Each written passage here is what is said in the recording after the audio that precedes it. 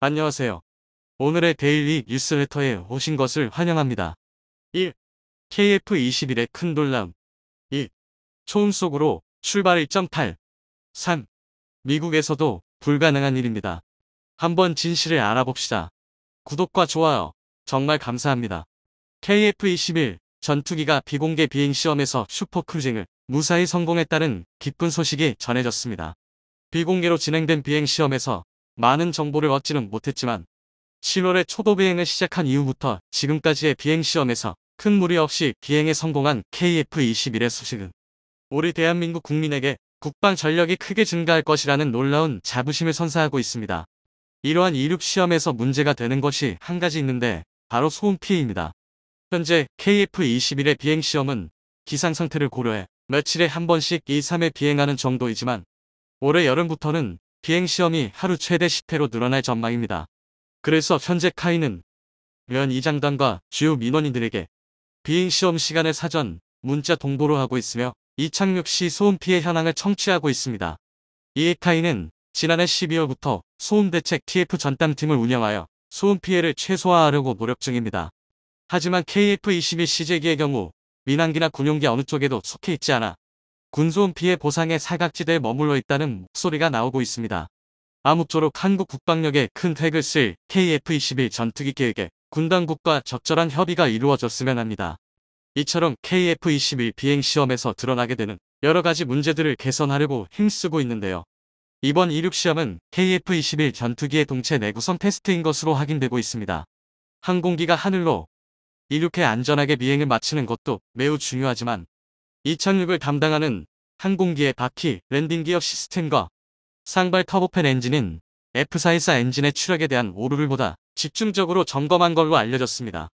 앞으로는 KF-21 전투기에 장착될 기관포와 미사일 다수가 제대로 탑재되어 이륙이 되는지와 고고도 비행 시에서도 문제없이 미사일이 발사되는지 확인하기 위한 이륙 시험이 진행된다고 합니다. 이는 머지않은 미래 KF-21 전투기에 탑재되는 한국형 공대공 미사일과 공대지 미사일, 극초음속 순항 미사일, 리티어 미사일과 타우러스 미사일, GPS 유도 폭탄 등 최대 탑재량 7,700kg을 가진 총 12개의 무장창의 다양한 무기들이 무장된 무게를 KF-21 전투기의 동체가 이겨내고 이착륙이 원활하게 공격 임무를 수행하려면 끝없이 반복적인 테스트를 진행해야만 하는데요. 이번에 알려진 KF-21 보라매가 비밀리에 이륙에 성공한 소식이 이를 증명할 수 있을 것으로 관측됩니다. 불과 10년 만에 한국 역사상 최초로 4.5세대 이상의 전투기를 생산 및 조립에 성공하여 이제는 큰 문제 없이 연행 비행시험을 성공하고 있는데요. 대한민국의 완벽한 자주국방이 정말로 실현되기까지 머지않은 것 같습니다. 이를 증명하듯 미국에서 권위 있는 랭킹 조사업체 US 뉴스 월드 리포트가 집계한 지난해 강대국 순위에서 한국이 일본을 제치고 6위를 차지했다고 보도했는데요. 미국의 경제매체 비즈니스 인사이더에 따르면 한국은 전년 대비 2계단 상승했으며 한국의 첨단 기술 및 서비스 기반 경제와 세계에서 국민 충돌축과 외국인 투자 규모가 커진 이유가 상승의 이유라고 밝혔습니다. US 뉴스 월드 리포트는 한국에 대해 1960년대 이후 꾸준한 성장과 빈곤 감소를 경험했으며 현재는 전체적으로 세계 최대 경제국 중 하나다라고 평가했습니다. 한편 지난해 6위를 차지한 일본은 우리와 자리를 바꾸며 2계단 내려간 8위를 차지했습니다.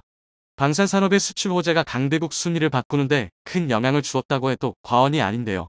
지난해에 이어 앞으로도 대한민국 방산시장의 가장 큰 고객으로 손꼽히는 폴란드와 우리는 이제 군사적으로 매우 밀접한 관계가 되었으며 KF-21 협력에도 적극적인 모습을 보이고 있죠. 폴란드 국방위원장이 F-35 전투기 도입을 고민 중에 KF-21 전투기의 개량형을 폴란드와 대한민국의 군사동맹 협력과 동시에 공동 생산 방안을 구체적으로 제시한 것인데요. 장기적인 관점에서 본다면 폴란드 공군에게는 KF-21 보라매가 F-35보다 유리할 수 있다고 판단한 것입니다. 당장은 KF-21과 F-35의 적합성에 대해 폴란드 정부 측에서 공동 생산을 처음으로 언급한 상황이지만 앞으로 몇 년 내에 KF-21로 확보한 국내 기술 능력으로 합리적인 가성비까지 확실히 갖춘다면 미국산 F-35와 비교해봤을 때 충분히 독자적인 시장 확보가 가능할 것으로 보입니다. 이를 바탕으로 미국의 기술과 이별한 독립을 꿈꾸며 거의 모든 전투체계를 독자적으로 개발하고 있으므로 KF-21 전투기는 장기적으로 폴란드와 한국의 외교 관계에 큰 보탬이 될 것입니다. 또한 특히 주목해야 할 부분으로 KF-21 전투기가 전폭기의 역할을 겸임할 수 있게끔 하드포인트가 추가 확장이 가능하도록 설계되어 있었다는 점인데요.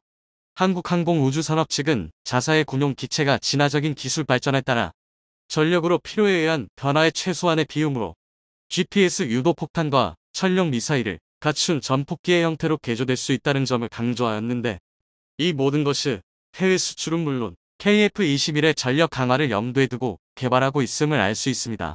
또한 폴란드 공군의 도입 유력 후보 중 하나인 KF-21 전투기는 최첨단 디지털 전투에 특화된 기체로서 대규모 네트워크 기반 전 체계의 핵심 자원으로 활용되고 있습니다. KF-21 전투기를 제대로 운영하기 위해서는 폴란드 공군이 갖춘 독자적인 군사 시스템뿐만 아닌 실시간 정보 교환 체계와 소프트웨어까지 한국에서 구매할 것으로 보입니다. 또한 이에 포함될 통합 전자전 체계는 레이더 미사일 탐색기의 신호 탐지 및 분석하고 교란 전자파를 송신하는 전자전 체계로서 적의 위협으로부터 아군의 생존성을 극대화하는 최첨단 장비인데요. 보람의 기체 전투 체계를 다분야된 센서 무장과 기타 통신 및 지휘 체계로 통합 운영하여 무기 체계를 구축하는 기체의 두뇌 역할을 현대전에 알맞게 업그레이드하여 공중전의 승패에서 우위를 점할 수 있게 됩니다. 이러한 사업을 도맡아온 대한민국 방산 기업들로 LIG 넥스원과 하나시스템이 또다시 선정되었는데요. FAU식 경전투기 사업에서 전투체계 및 통합 전자체계를 맡아 개발했기 때문에 더욱 기대가 됩니다. 모든 지역이 산맥 없이 평평해서 공군의 위력이 더욱 증가하는 폴란드의 지리학적 특성뿐만 아니라 주변국들 역시 국가 전략적 차원에서 공군 전력 강화를 위한 공격적인 군비 확장 정책을 펴고 있는 상황에서 한국과의 협력으로 증강될 폴란드 공군의 전력 강화 전략은 유럽 전역에 퍼질 가능성이 높아 보입니다. 이러한 성과를 내고 있는 대한민국은 전투기의 기초 단계, 계획에서 실행까지 놀라운 속도로 보여준 국가로 매우 이례적으로 세계 최강의 전투기 보유국인 미국에서 현재 한국이 보유한 기술력을 인정한다는 군사전략 싱크탱크의 놀라운 분석 결과가 나와 전 세계적인 화제가 된 바 있었는데요. 심지어 해당 싱크탱크는 향후 KF-21이 한국 공군에 전력화됐을 때 얼마나 주변국들의 위협적인 존재가 되는지에 대한 구체적인 시뮬레이션 결과를 공개해 충격을 주고 있습니다. 실제로 시시스 등 미국 주요 싱크탱크 사이에선 한국이 향후 400대의 KF-21을 확보하게 된다면 대한민국의 군사력이 비약적으로 향상될 것으로 전망했기 때문인데요. 또한 각국의 국제기관에서도 이와 유사하게 예견하게 됐습니다.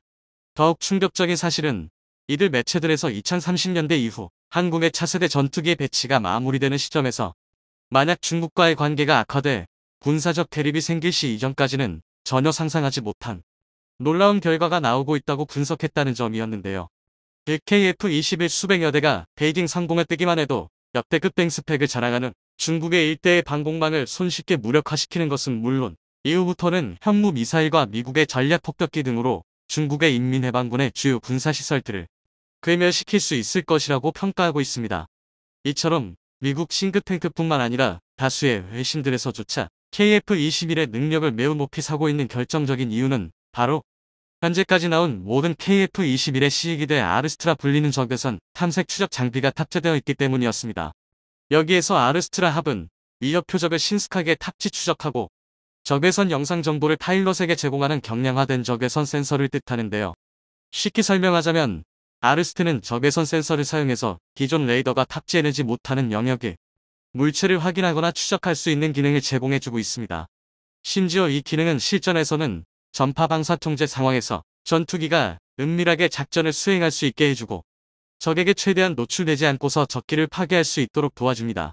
여기에 더해 또한 적의 RWR 장치에도 걸리지 않고 ECM의 방해를 받지 않으면서도 일정 거리 이내에서 다른 레이더보다 더욱 정밀하게 적군의 위치를 파악할 수 있도록 해주는데요. 더욱 충격적인 사실은 이 압도적인 성능을 발휘하는 아르스트 기술력이 무려 수십 년 전에 이미 개발이 완료되었던 구식 기술력이라는 점입니다. 그렇다면 여기에서 한 가지 의문이 생길 수밖에 없는데 현존하는 최강의 전투기라 불리는 스텔스기를 찾아낼 수 있는 압도적 성능의 아르스트가 왜 지금까지 각광을 받지 못했으며 과거에 나온 기술력을 탑재한 KF-22 현재 다시금 전 세계적인 주목을 받고 있는 것일까요? 우선 현재 세계 각국의 전투기 기술력의 척도가 되고 있는 것이 바로 스텝스 기술이라는 점을 주목해야 하는데요. 아시다시피 스텔스기는 적군의 레이더망에 걸리지 않도록 하는 첨단 소재가 적용된 비행기로서 주로 적의 진영에서 은밀한 공습이나 탐색을 하는 핵심 임무를 수행하고 있습니다. 여기에서 스텔스기가 적에게 포착되지 않는 이유는 바로 적군이 쏘는 레이더 주파를 스텔스기에 사용된 RAM 도르나 스텔스기 구조로 제작된 레스 구조로서 전파를 완벽하게 상쇄시키는 기능을 보유하고 있기 때문인데요.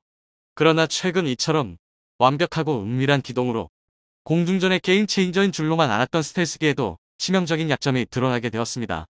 그것은 바로 스텔스기에서 발생하는 엔진열과 비행 중 발생하는 열에너지까지 모두 상쇄시킬 수 있는 기술력을 가진 국가가 없다라는 것이었는데요. 모든 물체는 열에너지를 가지고 있고 뜨거울수록 높은 열에너지를 방출하고 있습니다. 아르스트는 이러한 열에너지의 파장을 시각적으로 볼 수 있도록 보완된 장치이죠. 강력한 엔진을 장착한 전투기의 경우 당연하게도 엄청난 열에너지를 방출할 수밖에 없고 특히 공중에 있을 경우에는 차가운 대기로 인해 더욱 쉽게 답지가 될 수 있는 것입니다. 실제로 이런 이유 때문에 일찍이 미군은 아르스트 기능을 F-101, F-102, F-106 등의 항공기에 적용했습니다. 그런데 당시 개발 초기 단계였던 아르스트의 기술력으론 겨우 수킬로미터를 답색하는 것이 고작이었고 시간이 지남에 따라 더 먼 거리의 정보를 탑재할 수 있고 보다 정확한 정보를 전달해 줄 수 있는 레이더 기술력의 발전으로 인해 이 아르스트는 역사 속으로 잊혀지는 듯 했습니다. 특히 1960년대 이후 미국의 레이더 기술력이 폭발적으로 발전함에 따라 미국은 완전히 아르스트 기술력을 버리고 레이더 기술력에 집중을 한 결과 현재 미국의 F-15, F-16, FA-18 등 4세대 전투기에서는 아르스트를 채택하지 않고 모두 강력한 레이더로 무장해 전장을 지배해 나갈 수 있게 되었죠.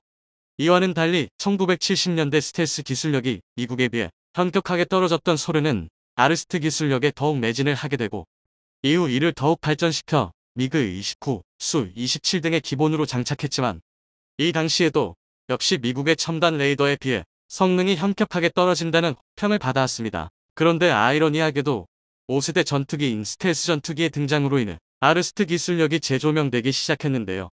스텔스기는 레이더, 적외선, 유관 등의 시스템으로부터 탐지되는 것을 막기 위해 고안되었는데 가장 최우선적 고려사항으로 채택된 것이 바로 레이더, 저피담 능력이었습니다. 그렇기 때문에 필연적으로 고출력 엔진을 활용하고 있는 스텔스기 역시 엄청난 엔진 열에너지를 줄이는 것이 어렵고 또한 막강한 출력으로 인해 비행 중 발생하는 열에너지까지 상당해 결국 열에너지의 파장을 탐색하는 아르스트에게 쉽게 노출이 될 수밖에 없었던 것이었죠. 심지어 초기 미국과 소련이 채택했던 아르스트 기술력의 경우 답색거리가 수킬로미터밖에 되지 않았지만 최근에는 센서, 기술력 등의 발달로 인해 무려 100km 거리에 있는 전투기까지 감지해낼 수 있도록 개발돼 현재 스텔스기를 찾아낼 수 있는 핵심 기술로서 급부상하게 된 것이었습니다. 때문에 그간 적국의 스텔스기를 찾아낼 기술력이 없었던 다수의 국가대선 이런 열에너지를 탐지할 수 있는 아르스트 기능을 보유한 전투기를 도입하기 위해 혈하는 상황인데요. 특히 최근 이 아르스트 기능을 탑재한 유로파이터 타이푼이 F-35를 44km 거리에서 포착했다는 사실이 밝혀지며 서로 레이더를 포착하지 못하는 상황에서 아르스트 기술력이 공중전에서 매우 유리한 위치를 점유할 수 있게 해준다는 분석이 수출하고 있습니다. 결정적으로 이러한 기술력을 버렸던 미국조차도 최근 부랴부랴 아르스트 기술력을 발전시키고 자국의 전투기에 추가적으로 탑재하고 있을 정도이 현재 아르스트 기술력이 얼마만큼 각광을 받고 있는지 매우 잘 드러나고 있는 것 같습니다. 게다가 현재 KF-21이 전 세계적 주목을 받고 있는 이유는 KF-21에 탑재된 아르스트 기술력이 TGP와 연동되어 광학적으로 더욱 진보되고 이사레이더와 더불어 항공기 내 모든 시스템과 상호 보완을 하도록 설계되어 있어 KF-21의 원거리 교전과 근거리 교전 능력이 극대화될 수 있을 것이라는 전문가들의 분석이 나오고 있기 때문이었습니다.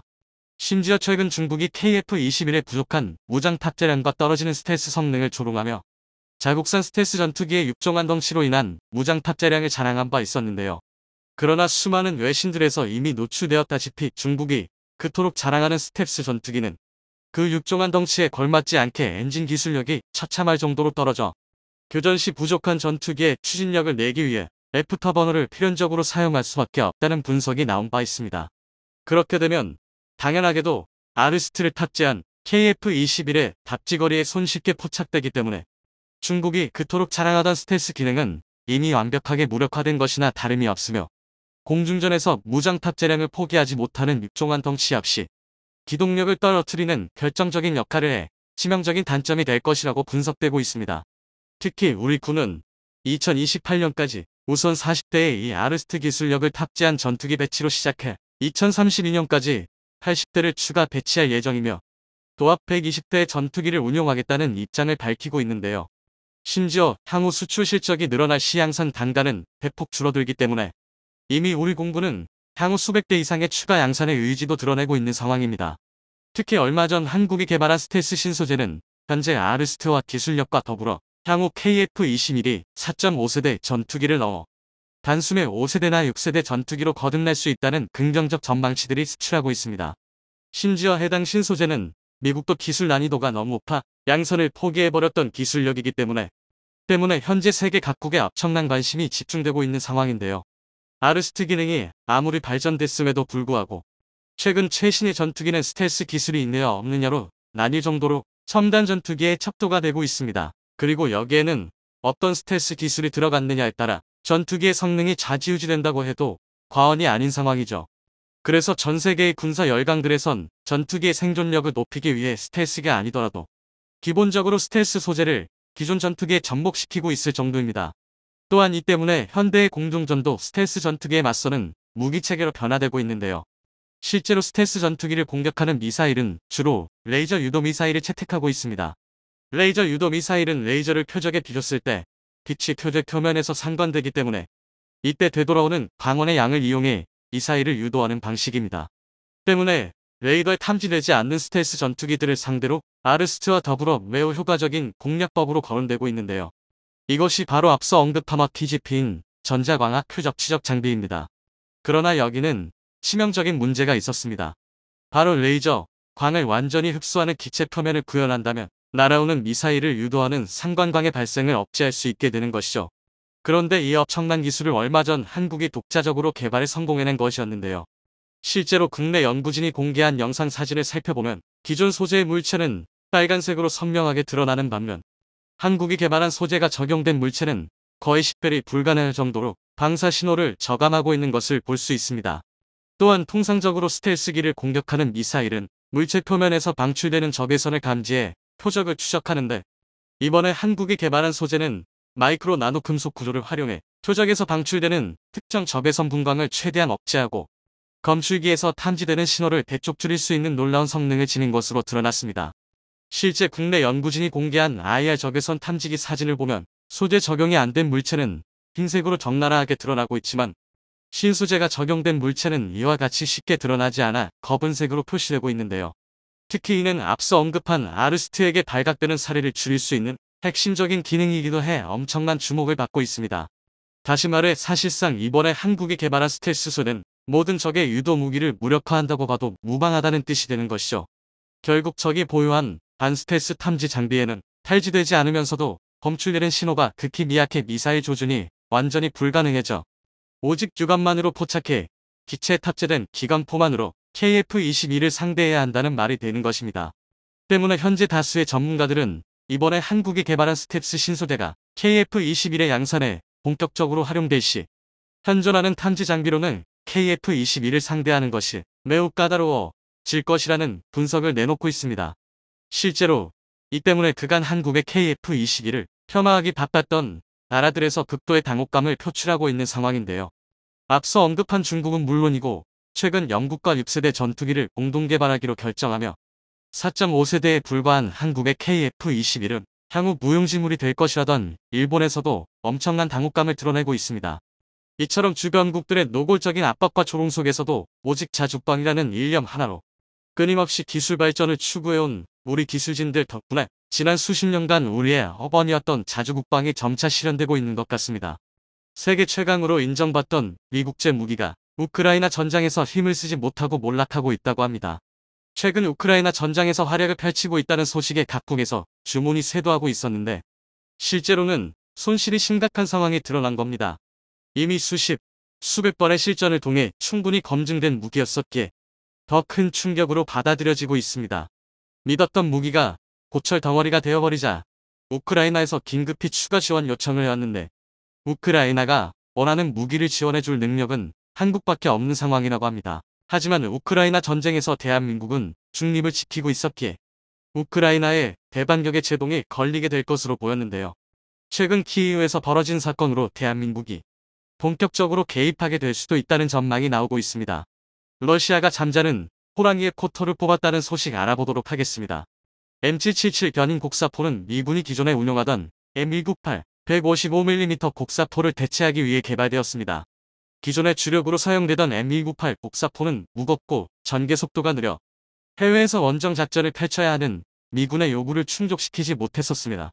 때문에 이를 보완하여 개발된 M777은 부품의 대부분이 티타늄으로 이루어져 훨씬 가벼운 무게를 가지고 있으며 신속 전개가 가능하도록 개량되어 뛰어난 작전 편의성까지 갖추고 있습니다. 그런데 세계 최강의 견인포로 이름 높았던 M777이 우크라이나 전쟁에서 처참하게 몰락하고 있다고 하는데요. 우크라이나 전쟁이 시작되고 지금까지 100여 문의 M777이 우크라이나군에 지원되어 맹활약을 펼치고 있었습니다. 며칠의 교육기간만으로 숙달된 포병을 만들 수 있고 기존 견인포에 비해 60%밖에 되지 않는 무게로 신속한 배치가 가능해 긴박한 우크라이나의 상황에 적합한 무기였었죠.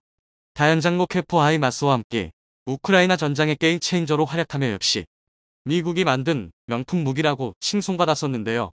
하지만 최근 M777 곡사포의 손실률이 어마어마하다는 소식이 전해지며 결국은 견인곡 사포라는 태생적 한계에서 벗어나지 못했다는 사실이 드러났습니다. 신속 전개가 가능하다지만 어디까지나 같은 설치형 포들과 비교한 이야기였습니다. 러시아의 대포병 레이더에 포착되어 반격당하는 동안 회피 기동을 펼치는 건 M777의 전개 속도로는 불가능한 일이었습니다. 러시아군 드론이 촬영한 M777 곡사포가 러시아군의 공격에 피격당하는 모습입니다. 보듯이 마땅한 방어 능력이 없었기에 운용 인원들의 피해가 심각했습니다. 결국 수십 문의 M777 견인포가 러시아의 공격에 당해 운용 불가 상태가 더 우크라이나군 내부에서도 불만의 목소리가 높아지고 있다고 합니다. 아무리 최첨단 견인포라고 해도 국가 간의 전면전에서 활약하기엔 이미 시대에 뒤처진 무기체계였던 것이죠. 결국 우크라이나 수뇌부는 서방에 긴급하게 차륜형 혹은 궤도형 자주포를 지원해 줄 것을 요청하고 있다고 합니다. 하지만 이러한 우크라이나의 요청에 미국과 유럽 국가들은 난감한 기색을 감추지 못하고 있는데요. 미국과 유럽의 무기 지원 능력이 한계에 도달한 것입니다. 최근 CNBC에서 미국과 유럽은 우크라이나에 보낼 무기가 부족하다는 제목의 기사를 보도했었어요. 미국은 전쟁 이후 지금까지 우크라이나에 약 152억 달러에 달하는 무기를 지원해왔습니다. 실로 천문학적인 액수의 군수물자인데 이를 보충할 추가적인 생산이 이루어지지 않고 있다고 합니다.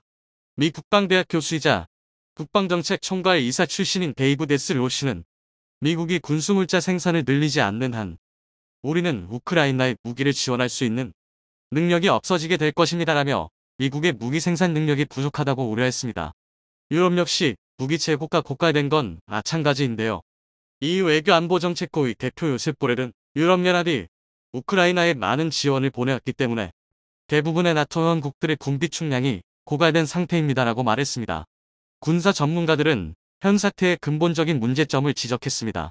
기나긴 평화 속에서 서방 국가들은 기준보다 적은 양의 무기를 생산해왔고 각국 정부는 비싼 무기를 줄이고 필요한 만큼만 생산하기로 결정했었으며 때문에 현재 재고가 바닥난 일부 무기들은 더 이상 생산되지 않고 있으며 이 무기들을 재생산하기 위해서는 고도로 숙련된 경험을 가진 노동력이 필요한 상황입니다.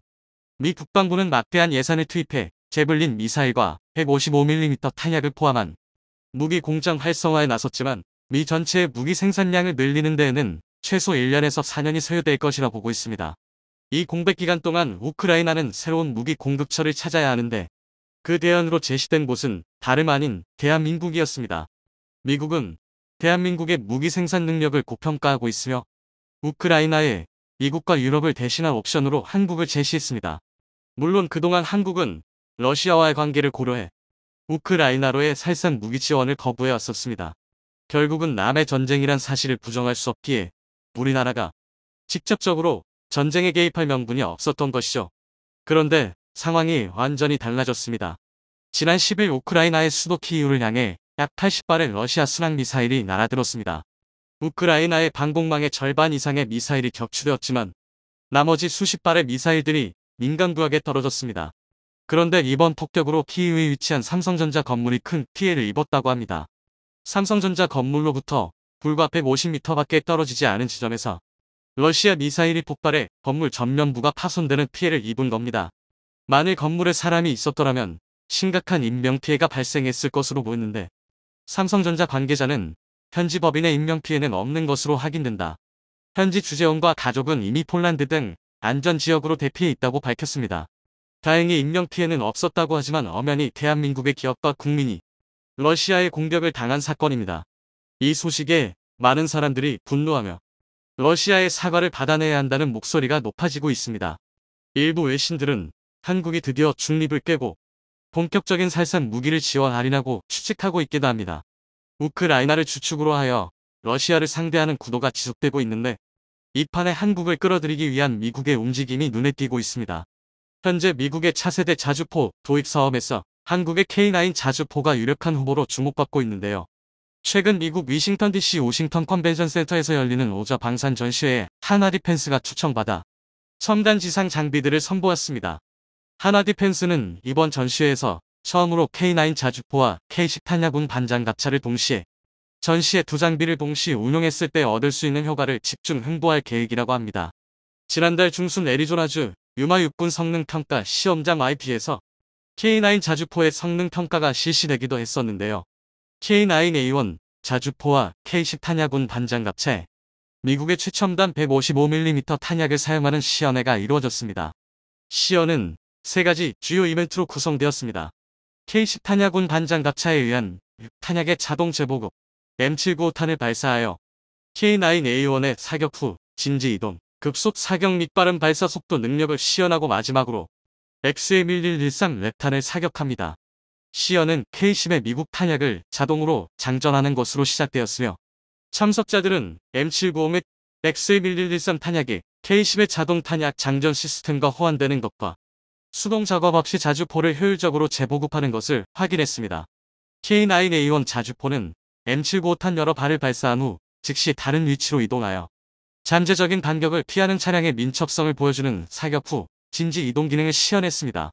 시연의 급속 사격 및 속사 구간에서 K9 승무원들은 최소한의 노력으로 각각 16초에 3발, 45초에 6발을 발사했습니다. 시연 마지막 부분에서 K9A1은 XM1113 랩을 발사하여 50km가 넘는 사거리를 달성했습니다. 미국에서 개발한 XM1113탄은 로켓보드 추진체를 사용하는 사거리 연장탄으로 미 육군이 해외 포장비로 XM1113탄을 발사한 것은 이번이 처음입니다. 하나 디펜스 미국 법인 사장인 존 켈리는 이번 시연은 K9 시스템의 확장된 사거리, 사격 및 회피 기동, 높은 발사율 외에도 K9과 K10 차량의 미국 군수 및 시스템과의 완전한 상호 운용성을 보여줌으로써 그라다 목표를 모두 성공적으로 충족시켰다며 유마에서 뎁콤 AC 및 미 육군 시험평가사령부의 택과의 협력은 훌륭했다 라고 밝혔습니다. 이번 시연회를 통해 미 자주포 도입 사업에서 한국의 K9 자주포가 경쟁자들보다 한 번 앞서 나가게 되었습니다. 그런데 이번 사업을 통해 미군이 도입하게 될 자주포는 미군에 배치되는 것보다 먼저 우크라이나 전장으로 향하게 될 것으로 예측되고 있습니다. 우크라이나 전쟁이 장기화되며 미국을 대신해 병기창 역할을 해줄 나라를 구하고 있던 것이 드러났습니다. 한국군은 연간 수조 원의 예산을 탄약 생산에만 할당하고 있어 현재 우크라이나 전장에서 가장 부족한 155mm 탄약 생산 능력은 미국보다 한국이 5배량 앞서 있다고 합니다. K9 자주포, K2 전차 등 각국으로 수출이 이어지며 생산 라인이 계속해서 유지되고 있었기에 미국이 원하는 물량을 제때 공급해 줄 수 있는 나라는 한국뿐인 듯합니다. 우크라이나 사태를 기점으로 대한민국이 말 그대로 민주주의의 병기창으로 거듭나고 있습니다.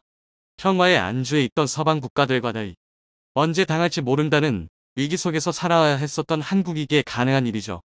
방산이 반도체에 이어 새롭게 대한민국을 대표할 산업이 되는 날도 멀지 않은 것 같은데요. 한국 방산이 누구도 대신할 수 없는 독보적인 위치를 차지하는 그날까지